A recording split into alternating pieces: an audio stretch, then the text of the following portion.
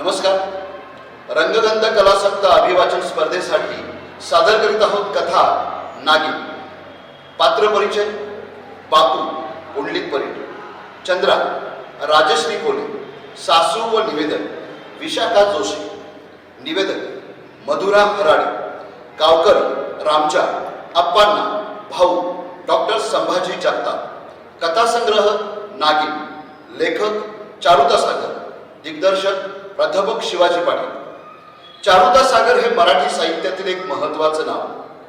नागिन, मामाचा वाडा, नदीपार या मोजक्याच 3 कथासंग्रहातून त्यांनी स्वतःच्या लेखनाचा एक वेगळाच ठसा उमटवला. उपेक्षितांचं जग आपल्या कथेतून त्यांनी साकारलेलं आहे.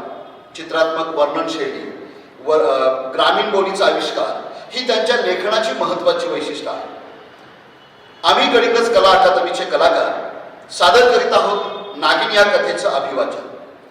ग्रामीण माणूस आणि निसर्ग यांच्यातील संघर्षाचं चित्रण सादर करीत आहोत कथा नागिन.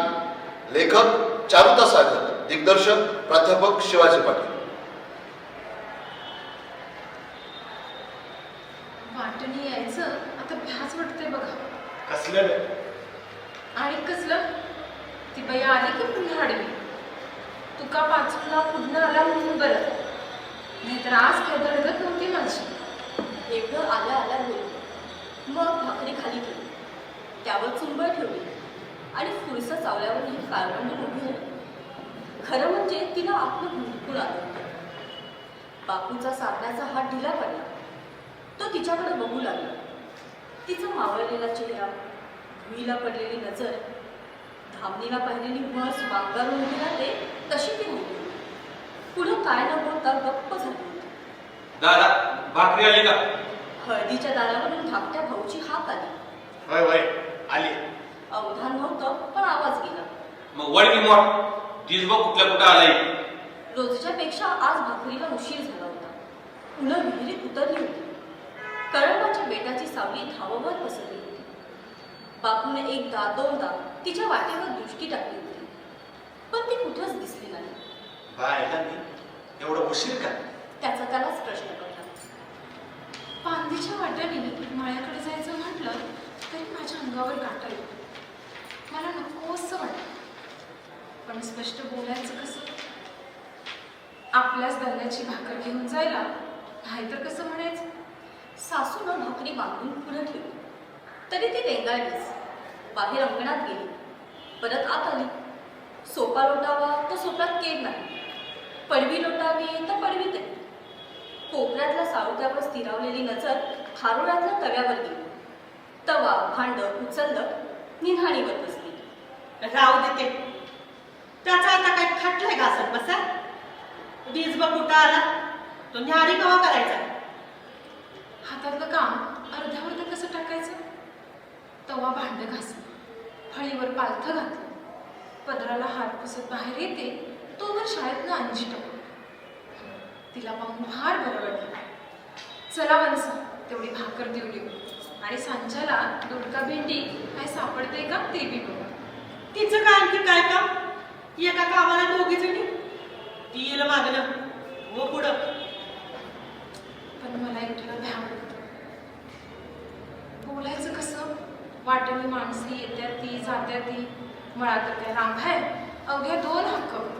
मुकाट्यानं कुट्टीवरचा धडका ओढला, चुंबळ केली, डोक्यावर ठेवली आणि त्यावर भाकरी घेतली. जा लागा भोगी असली असती. गावकुसाची नदी ओलांडून मी पांदी वाटेला आले. कड्याने चिल्लाराची झाड, लोळुंबीची झुडूप, आड माप वाढलेली लिंबा बांबडीची झाड, त्यात मातलेल्या दांगडीच्या वेली, कावळीच्या वेली, गच्च झालेला आभाळ भरून आल्यागत सकाळ दुपार सांगतो. माझं काळीच धडधडू लागलं. पुढं पाय उचलता उचल. काल तर आम्ही संग होती, परवा दिवशी मात्र आपण एकटंच होतो. जीव सारखा धबधबत होता. ती बया पुढनं येत्या का मागणं?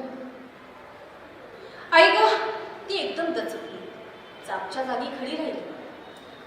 फडी काढून ती निम्म्या अंगावर उभी होती. कासऱ्याच्या अंतरावर हळदीसारखी पिवळी हड्डूळ. आता कुठं काहीच नव्हतं. यमानं मृत्यूदंड टाकला का विजेचा लोळ तुटून पडला. फुश फुसकाळ आणि पडल्यावर ताट खळी झाली. तिला तर मागंही सरता येईना. तशीच उभी राहिली मूठ मारल्यासारखी. आकाशात काय ते असं उभं? मागून आलेला मागाचा रामजा म्हणाला. मग तिची छाती खालीवर झाली. डोळ्याची पापणी लवली. लवकर बोलता येईना. घसा कोरडा पडला होता. तिला वाटलं ह्याच्या आधी गळा पडावं नि मग बोलावं. ती बघ काळी कशी उभी आहे.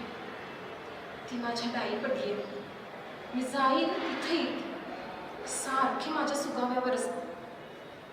आज तू होतास म्हणून मी वाचले. रामजा तू आऊट घेऊन आलास बघ. पण यातलं तिला काहीच बोलायचं झालं नाही. घसा अद्यापही कोरडाच होता.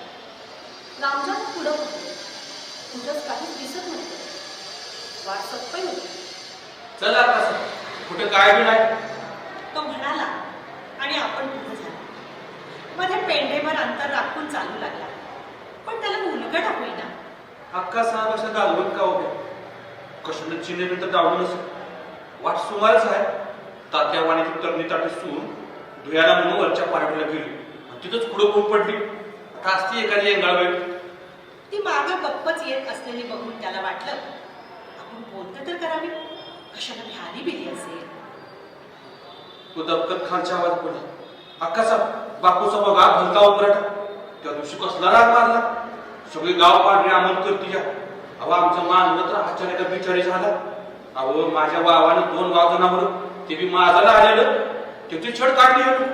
माणूस चित्ता कुठला मुंगसावाने पुढून काढल्याने पुढून काढे. परत गडी एकदम वाघाच्या काळजाचा बरं का. त्या दुपारी ती दोघं आंब्याच्या झाडाखाली होती. दावणीत टाकलेली वैरण खाऊन बैल स्वस्थ रवंथ करत बसली. मी आपलं गावाकडे जाऊन येतो. असं म्हणून भाऊ गावाकडे गेला होता. आता कुणी येण्याची शक्यता नव्हती. तो तिच्या मांडीवर डोकं टेकून निवांत लवडला होता आणि ती त्याच्या केसांवर आपला हात हळूवार फिरवत होती. अशा वेळी तो आबोल होईल. तिच्याकडे एकटं बघत राहील. एकाएकी तिचे डोळे दिपले. समोरच्या मोकळ्या बेवड्यात सकाळची किरण पडली की सोन्याचं दोरखंड. एक पुढं एक मागं चकचकते लखलखते आणि धावत तसं जास्तच उठून दिसतं. अव ते बघितलं का? ते बघा समोरच्या. तिने त्याला हलवत बोटाने दाखवलं. पापणी न लवता तो बघू लागला. गोफण धोंड्यावानी ती सुटलेली आणि तो मागं लागलेला जाणीव हरवलेला. साली माझा आले ती. दातोट खात तो पुटपुटला. उठून उभा राहिला. त्याच्या पाठी बिलगून चंद्राही उभी राहिली. सापाची ती भलतीच भीती. तोंडानं कोणी साप म्हटलं तरी तिचं अंग शहारली. लहानपणी तिच्या अंथरुणावर तुळीवरचा साप बदकन पडला होता. काय पडलं बघावं म्हणून आईनं उशाचा दिवा मोठा केला. तर काय सापाचं भेंडून पोरीच्या अंगावर पडलेलं. मेली गं माझी पोरगी. दोन्ही हातात डोकं धरून ती ओरडली. तशी चंद्रा किंचाळून उठली. काकू काय झालं? काकू काय झालं? म्हणत गल्ली जागी झाली. चंद्रा आईला धरून उभी होती. हातपाय लटपट कापत होते. किलकिल्या डोळ्यांनी बघत त्या मारकट वाणाच्या सापानं आपलं मुंडकं वर केलं. सगळा कालवायोग झाला. लोहाराच्या पळसानं त्याची मानगुटी धरून चिमटीच्या पकडीत धरली. भिंडूर मागं सुटत गेले. गुरुवाच्या पांडानं हाताच्या टिकाऱ्यानं बदाबदा ठोकलं आणि तसंच उचलून बाहेर फेकलं. पण चंद्राच्या अंगाला तो अजून वेटाळला.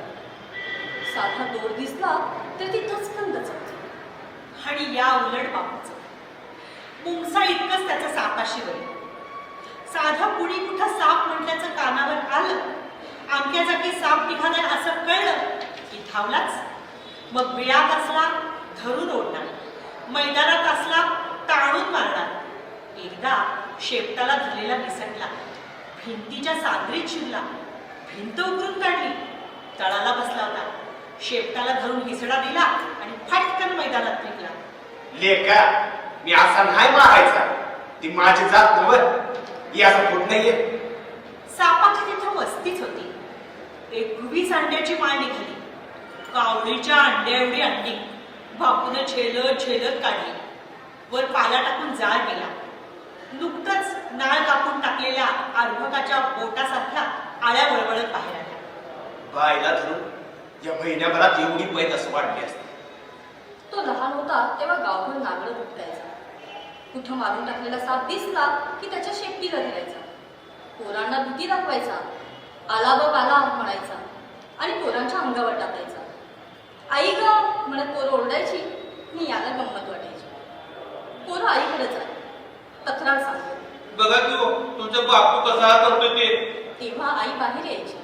आळ मुडद्या टाकतो टाक म्हणते नवा. रट्टा पाठीत बसायचा. मग खेळणं फेकल्यावर तो साप फेकायचा, पण नेमकं पोरांच्या अंगावर. अंग झाडत पोरं घराकडे धूम पडत. बस सीता, बाहेर जाशील तर टांगडं मोडून ठेवीन. बापू गप्पगार सोबत बसायचं, पण त्याचं लक्ष वेधिलेलं असायचं ते त्या दारातल्या सापाकडे. वैताग येण्यासारखं बापूचं वागणं होतं. गावंदरी साप निघाला होता. तिसरा प्रहर होता. माणसांची कुठंच वर्दळ होती. मागं मऊ फराटा ठेवून तो आपल्याच नादात सावकाश चालला होता. अरे पोरांनो साप, अरे साप, अरे भित्ता का काय त्याला, अरे धरा, अरे धरा म्हणतोय ना. म्हणत तो त्यांच्या पाठी लागला. तो निकट येईल तसा साप जोराने पळू लागला. मागं मागं बापूही पळू लागला. साप जवळ आला की तो खाली वाकायचा. त्याचं शेपूट धराय हात पुढं करायचा. तोवर तो निसटलेला असायचा. पोरं बापूच्या घराकडे पळाली. बापूजी बापूजी, तुमचा बापू बघा की जित्या सापाच्या पाठी लागलाय. अगं बाई, काय म्हणूया भोगाला. तिचं ऊट गडखून गेलं. पळता भुई थोडी झाली. अरे मुडद्या, काळाच्या कशाला पाठी लागलास? बघतोस काय? फिर मागं, बापू. आईची हाक ऐकून तो उभा राहिला. तिनं रट्ट्याला धरून तिथनं बदलत आणलं. पण सापाचं वेट त्याच्या डोक्यात भिनभिनत राहिलं ते कायमच. आईने 17दा बजावलं. विनव बाबा, तुझ्या पाया पडत रे, पण त्याच्या वाटे एवढं जाऊ नकस. येळा तर सांगून येतात. शेवटी आप्पांना गेला नव्हते आताच. तुझा जोडीदार तुझंच तर गेला नव्हता. अप्पाला मेला याच्या मृत्यूचा प्रसंग आठवून त्याला क्षणभर दुःख झालं. पण अप्पाला मेला तो साप चावून माणूस चावला याचं त्याला वाईट वाटलं. अप्पाला तो साप चावला नाही, माणूस चावला. रांजणातला तो भुजंग त्याने नाना कसबानं मानकुटीला धरून बाहेर काढला. तोवर त्याच्या हाताला त्याने वेटाळून टाकलं. डाव्या हाताला त्याचे वेटाळे निघेनाच. ते अधिक अधिक घट्ट होऊ लागले. आपला हात दुबळा होत आहे हे त्याला जाणवू लागलं. अरे कुणीतरी जवळ यावं, त्याला पुराणीला थापला, विड्याला तोडा. माझा हात त्यानं पार चपडून टाकलं. मी सेफ्टी धरली याची, बाडबूट धरली आहे. जवळ यावं कुणीतरी. तो मोठ्याने विनवू लागला, पण कुणीच जवळ यायला भिजवे. प्रत्येक जण बिचकू लागला. अप्पाची बायको धाप्या जर बापूकडे आली. बापू, आता तूच त्याला वाच. सगळी माणसं खुळ्यागत बघत राहिली. पण तो येईपर्यंत अप्पाचा हात बदली झाला. मुडक्याची पकड सई पडली. तसा भुजंगानं हात फोडला ऐक म्हणत तो हात धरून खाली बसला. बापूनं त्या भुजंगाला सोडलं नाही. जमिनीवर आपटून आपटून मारला खरं, पण अप्पाला मात्र वाचवू शकला नाही. बघत उभ्या राहिलेल्या माणसाच्या तोंडावर त्याला थुंकावं असं वाटलं. थुंकला नाही, परंतु थुंकल्यापेक्षाही ही नजरेनं बघत तो मळ्याकडे गेला. खावाच्या शिळावर बसला. ते जुळं जवळून जाताना बापूला आपला उपमर्द वाटला. आमच्या माझानं वेडावलेली नागी, तिच्या वासानं धुंडावलेला नाग, त्यांना पुढचं काहीच दिसत नव्हतं. नागी सुसाट धावत होती. नागाला जराही स्पर्श करू देत नव्हती. पण तो पाठ सोडत नव्हता. तिच्या गतीत धावत होता. तिला वेटाळून कवेत घ्यायला विलक्षण घायाळ झाला होता. आणि ती त्याला हुंकावण्यात धावत होती. जवळ येतोय, वेटाळतोय असं दिसलं की ती ताडकन उडेल, कासरावर अंतर तोडेल आणि तिरकी वळून पुढं सुटेल. त्याला परत वळून पाठी लागेपर्यंत ती 2 कासरं पुढे गेलेली असेल. सापडून येते एखादा माणूस त्याच्या तावडीत सापडलं तर पाणी सुद्धा मागू देणार नाही. उभ्या उभ्या चिरडू फुटल. जात नव्हती कुठं आमच्या मळ्याच्या आसपास. खरं कुठनं आणि कुणास ठाऊक. बीज ठेवाय नको, नाहीतर मळावर पैदास वाढवून बसला. तिचा खांद्यावरचा हात बाजूला सारत तो पुटपुटला. साल्याने माझ्या मोर खेळ मांडलाय. आता ह्यातलं एक बी जीवन सोडत नाही बघ.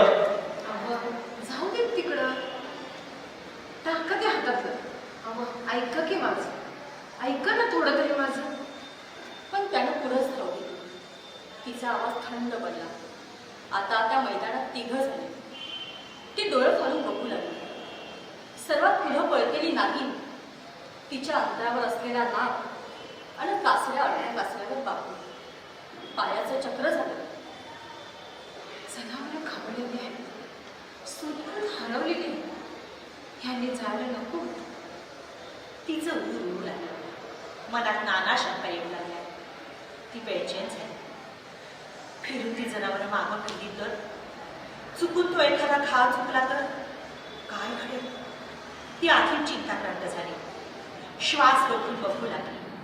आता तिघांची झालेली एक रेषा, त्यावर खिळलेले चंद्राचे डोळे. पहिल्या झटक्यात नाग मिळवायला हवा आणि दुसऱ्या झटक्यात नागिन मुक्ती करायला पाहिजे. जुळी आहेत, मारली तर दोन्ही मारायला पाहिजे, नाहीतर एक जायचं आणि एक राहायचं. घाव घालता येईल असा तो नागाला आवाक्यात घेत होता. हातातली शक्ती एकवटत होता आणि एकाएकी नाग मागं मान फिरवून बघायला गेला. त्याच क्षणी घाव बरवी बसला. नाग हातभर उडाला आणि उलटा फिरला. फडा काढून उभा राहिला. पण दुसऱ्या क्षणी त्याच्या अंगभर विलक्षण कळ आली. आपलं अंग गळून पडते असं वाटलं. पण पुस्करताही येईल. बापूनी दुसरा टोला फडा कौसून दबावला. तो भुई सपाट झाला. जागच्या जागी लोळायला लागला. आव असलेलं तोंड मातीत घुरू लागला. एव्हाना नागिन पसार झाला. चंद्रा पळत पळत आली. नाग प्रतप्राम होऊन पडला होता. तोंड मातीनं माखलं होतं. शरीर उलटपलट झालं होतं. अरे देवा, कसलं विपरीत धूळ. घटकापूर्वी तर नजर ठरत नव्हती. आगीचा नोळच होता जणू. बापूनं शेपटीला धरून परसानं परूस केला. तेव्हा त्याचं तोंड खुईसनं वर उचललं. मग त्याला कासऱ्यासारखा दुमटा करून खांद्यावर टाकला, आंब्याखाली आणला आणि शेपटाला बांधून दहाडीला टाकला. अवजड जनावर उभं गाव बघायला लोकलं. तिसऱ्या दिवशी बापूनं त्याला खाली घेतला. चंद्रानं त्याच्या मुखात तांब्याचं नाणं ठेवलं. अंगातोंडावर गुलाल टाकला. डोळे मिटून हात जोडलं आणि नंतर त्याचं दमन केलं. परत फिरताना चंद्रा एकदम दचकली. काय ग? पाहिलं का? तिने बापूला बोटानं दाखवलं. झुडपावरील तोंड काढून ती नागिन बघत होती. माणसाचं का आणि जनावरांचं दुःख लोक सारखंच. माणसं ओढून राहते आणि जनावरं मात्र घेऊन टाकतात. 3 दिवस इथनं गेली नसेल. देह होता ना त्याचा इथं. जायला आता फक्त. पण ती कुठेच गेली नाही. तिथंच हिंदू लागली. भाऊला दृष्टी पडली. बापूलाही दृष्टी पडली. हळदीतनं मिरच्याच फिरायची. मिरच्यातून पुन्हा बांधावर यायची. कुणी नसलं तर धावेवर पडायची. आई, आपल्या मळ्यात बघ नागने फुलं लागली अगं. दादा तू नाग मारला होता का? त्या जुळ्यातली आहे. वैजी मला बी दिसली. मी भेंड्या तोडाय गेले होते आणि बांधावर टपकन खाली पडली. बापू अजून आला होता. ती थोडा वेळ स्तब्ध झाली. नी मग भाऊला म्हणाली, भाऊ, उद्या ऐकवार आहे. माळावरच्या शिंदोबाला एक नारळ वाढून दे आणि त्याचा अंगारा मळ्यात टाक, छपरात टाक आणि बापूला म्हणावं दिसा उजेडी घरी परत येत जा. सासूचं बोलणं ऐकून चंद्राचं काळीच कुणीतरी ओढल्यागत झालं. बापू आला तेव्हा तिला थोडं बरं वाटलं. तो जेवाय बसला. तेव्हा आईनं सुरू केलं, बाबा, बापू, झालं एवढं पुरं झालं बघ. आता यापुढं कुठल्या बी जनावराला हात लावू नकस. तुझ्या पाया पडते. म्हातारपणी माझ्या नशिबाला काय आणू नकस. हे बघ आय, मला काय वाईट नाही. उगा जेवायच्या टायमाला पिरपिर करू नकोस. त्या दिवशी नव्हते का मी म्हणत त्याच्या पाठी लागू नका म्हणून माघारी फिरा. पण माझं पण ऐकते वे. मला काही कळते वे इथं. सकाळी तो मोजून पाहिला. ती खांबावर पसरलेली दिसली. आईचं बोलणं आठवलं पण क्षण. हातात चाकू ठेवून ठेवला तेव्हा ती पलांगीच्या गवतात अदृश्य झाली. कुईट्यानं गवत उलथपालथ करायला लागला. काय ग दादा काय ते? अरे ती नागिन आता इथं कुठेतरी शिरली बघ. जुळ्यातलं मागं राहायला नको होतं. भाऊला पण तेच वाटलं, चंद्रालाही तेच वाटलं. तर मारलं तर जुळं मारावं नाही तर नाव काढू नये. बापूचं मन काढलं. पाण्याची आट आली. भाऊने फूट दार केलं. पुतळा दुसऱ्या दाराच्या तोंडावर टाकला. हातपाय धुतले आणि विहिरीवर आला. वहिनी अशी का उभी आणि दादा तू बी वाढायला लवकर डोका लागले ती. भय भय खरंच की आपण कुणासारखंच उभा आहे. सरासरा पहिलं मागं सारली. पाणी प्यायला 2 बोटा काढल्या. तिनं दोघांना वाढलं.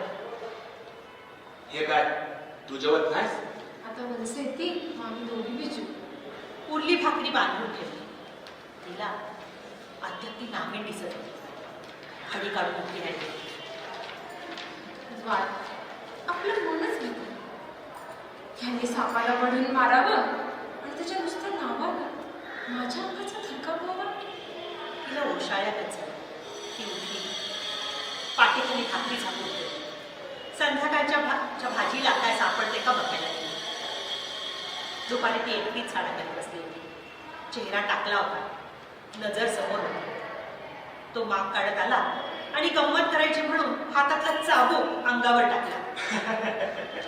हे काय तुमचं आपलं काहीतरीच. तुमचं हसू होतंय पण आमचा इथे जीव जातो की. अगं ते एखादा ऐकत किरट होते. काय खायचं त्याला एवढं? उंदराचं शेपूट धरून फेकल्यावर आणि फेकायचं.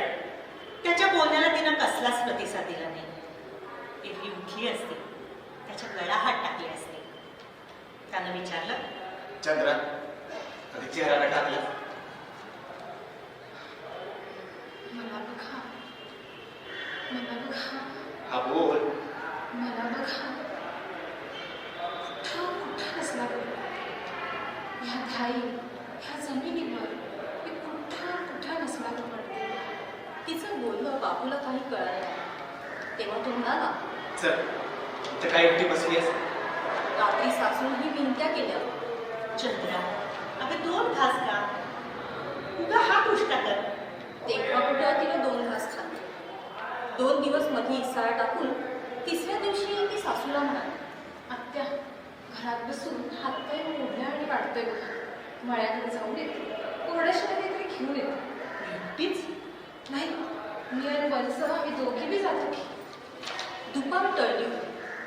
बैलापूरच्या ओसीवर घुंगरा अंतरून बापून आपलं अंग टाकलं होतं. वाटणी चंद्रा येताना दिसताना तो उठून बसला. चंद्राकडे बघून हसला आणि तिला उद्देशून पण अंजूला म्हणाला, का घरात दम निघाला नाही वाटतंय? भाजी बघायला आली. अंजू म्हणाली, असं होय? मग तुम्हाला नाही काय वाटलं? तेच वाटलं. जावा भेंड्या वाट बघायला. पण जास्त हुजूर करू नका. कालच पाणी पाजलं. वहिनी मी तिकडून बघत येते. होय या मी इकडून अशी. पलंदीच्या कडेने भेंड्या तोडत एक झाड बघून पुढे चालली. गवारीच्या झाडाची गवारी तोडत, भेंडीच्या झाडाची भेंडी तोडत अंजू पुढून येते. बापूनं बैल पाण्यावर सोडले. भाऊ वैरण काढतो आणि एकाएकी ती ओरडली, भाऊजी. हातातली मूठ तशी टाकून भाऊ पळत आला. पळता पळता त्यानं बापूला हात मारले. दादा दादा लवकर ये रे. घात नको. बापू हिरवळासारखा हल्ला. चंद्रा चंद्रा. वहिनी वहिनी काय झालं? ती डसली. तसा चंद्रानं पाय झटला आणि अंगठा धरून ती खाली बसली. बापू जवळ येतो तिचं डोळे डबडब आत्म हिंबाळून आलं. बापूचा हात तिनं हातात घेतला. मग त्याला वाटू नये ते वाटलं. त्याला अधीरतेने विचारलं, चंद्रा चंद्रा काय झालं? काय झालं? असं एकाएकी अंगठा टाकलं चंद्रा. तिनं अंगठ्यावर बोट ठेवलं. दादा ती बघ पलांतीवरून चालल्या ती. बापू उठायला तिनं हात सोडला नाही. तिनं नुसतंच हातानं अंतकाळी तो जवळ असावासा वाटला. खरतर बापूनं धोत्राचा पदर काढला. घोट्यावर बांधला. दंश झाल्या जागचं कातडं तोडलं. तोंडाने रक्त ओढलं. गाडीतून शिरोबाच्या देवळात आणलं. लिंबाच्या पाल्यात झोपवलं. रस पाजला. पण चंद्रा कुणाचीही उरली नाही. बापूच्या मांडीवर तिची मान लवडली. आता मी माझी संस्था वाटतं बघा. चंद्रा चंद्र नाही चंद्र चंद्र माझ्याकडे बघ अगं बघ माझ्याकडे मला सोडून जातेस होय चंद्रा सगळ्यांच्या डोळ्यातनं पाणी घाला वाहलं. तर मी काटे पूर्वी काय बघितलं होतं मरायचं वय जोडा कसा छान जमला होता पण देवाला बघवलं नाही बघ. परंतु बापूची वाचाही पुन्हा कोरडी झाली आणि डोळे ना अश्रू घुळघळ ना कडा ओल्या झाली जसा तोही तिच्या बरोबरच गेला होता. बापू उठ बाबा तुला दुःख आहे हवा दिलाय हवा सगळ्यासाठी ठोकत टाकून गेली. बापू आहे तसाच मनाला डोळे लावून स्वतः सांगलेला दिशा हरवल्यावर आभार लवणल्यावर दिवस वितळल्यावर सगळं असून नसल्यावर चंद्रा गेली ते माझं समजा जेवून गेली. सकाळी न्याहारीची भाकरी घेऊन यायची आपण मोठं वर्ण बघायचं लक्ष्मी फिरल्यागत दिसभर मळ्यात फिरायची भरात आलेली जोंधळ्याची कणसं छातीला लावायची हळदीच्या पानावरनं हात फिरवायचे हिला फुल आले की आता गर्भाळी नव्हे आपण भ्रमात पडायचं काय उत्तर द्यावं सुचायचं नाही नुसतं तिच्याकडे बघत राहायचं. ती फुलं हुंगायची तेव्हा तिच्या फुगलेल्या नागपुड्या मोठ्या आकर्षक दिसायच्या आपण धराय धावायचो आणि ती हरणी मारणी धावायची असंच एकदा हस्ताच्या पावसात साधलं तिथून जीव झाला परत परत अंगचोड आली आणि खेळ थरथरले आणि थरथरून आले. कशाला गेली होतीस पावसात भिजायला किंवा बाबा असा एक आहे की अंगावर कोसळ ठाव आहे. तिचं बोलणं लावणं बघून आपल्याला फुलगत झाले तिथं पाऊस का न कोसळावा. पाऊस कोसळला दिशा अंधूक झाली तेव्हा तिला वाटलं अशा वेळी छपरात कुणीच नसावं. तिचं तिलाच लाजल्यागत झालं. बापूला वेड्यावानी झाली. तिचा काय दोष मला चावायचा होतास मी तुला मारलं मला माहित होतं तू दुःख धरणार माझा घात करणार पण तू उलट केलास. मी आता तुला सोडणार नाही. पहिल्या दिवशी सोडणार नव्हतो पण सुटलीस खरं आता नाही सुटायचीस. बापू सोड आता एक पुढं ती काय सापडायची आहे तिला दावायचा होता गुण तो तिनं दावला. मी तुला किती म्हणायची हात जोडायची ऐकलं नाहीस माझं. तुला तर काय म्हणायचं बापू बोलायचा नाही. हातात वावर काठी घ्यायचा आणि साधं शिवात पालथं घालायचं. मळ्याचे पान पांदीची झुडपं रानातली वारुळ केकताळीची ताटं सकाळच्या उन्हाला बाहेर पडली असेल म्हणून सकाळी दुपारी कुठंतरी सावलीला बसली असेल म्हणून दुपारी उगवल्यापासून मावळेपर्यंत ना सुखांची ना भूत विचाराची. बापू 2 घास खाल्लं. दादा का केलं 2 घास खा की 2 घास. दादा जेव केलं. समजुतीसाठी थोडं खायचं तोंड ओलं करायचं आणि परत शोधायला द्यायचं. ते झुडपं हळदीचा फळ पलाटीचा गवात ती गेली नसेल नाही जायची. फिरून तो आंब्याखाली आला. गुंढ्याला टेकून बसला. खायला मागून इथंच बसायचं. चंद्रा असायची इथनच तिने सुरत दाखवलं. अद्याप तिचा वास देखील गेला नाही का तिची पावलं उचली नाही. चंद्रा अगे चंद्रा बस. त्यानं सरून जागा दिली आणि गुंढ्याला पाठ लावून बसला. चंद्रासमोर गेल्याने त्याच्या कुशी बिलगत्याने खांद्यावर मान टाकून विसावत्याने कुठाय चंद्रा आपण बस कुणाला म्हणून सरून जागा कुणाला दिली. त्याला अधिकच उचमळून आलं. डोळ्यातलं पाणी टपटपू लागलं. नागिणीनं समोरच्या झोपातनं मुंडकं बाहेर काढलं. त्याच्याकडे बघू लागलं. हळूहळू कासऱ्याच्या अंतरावर आलं. बापूला थोडं उशिरा जाणवलं. पण तो जागचा उठला नाही का जवळच्या काठीवर त्याची मूठ आवळली नाही. नुसताच उसवल्या नजरेनं तिच्याकडे बघत राहिला. ती आपली हात वर अंग काढून निश्चल उभी होती.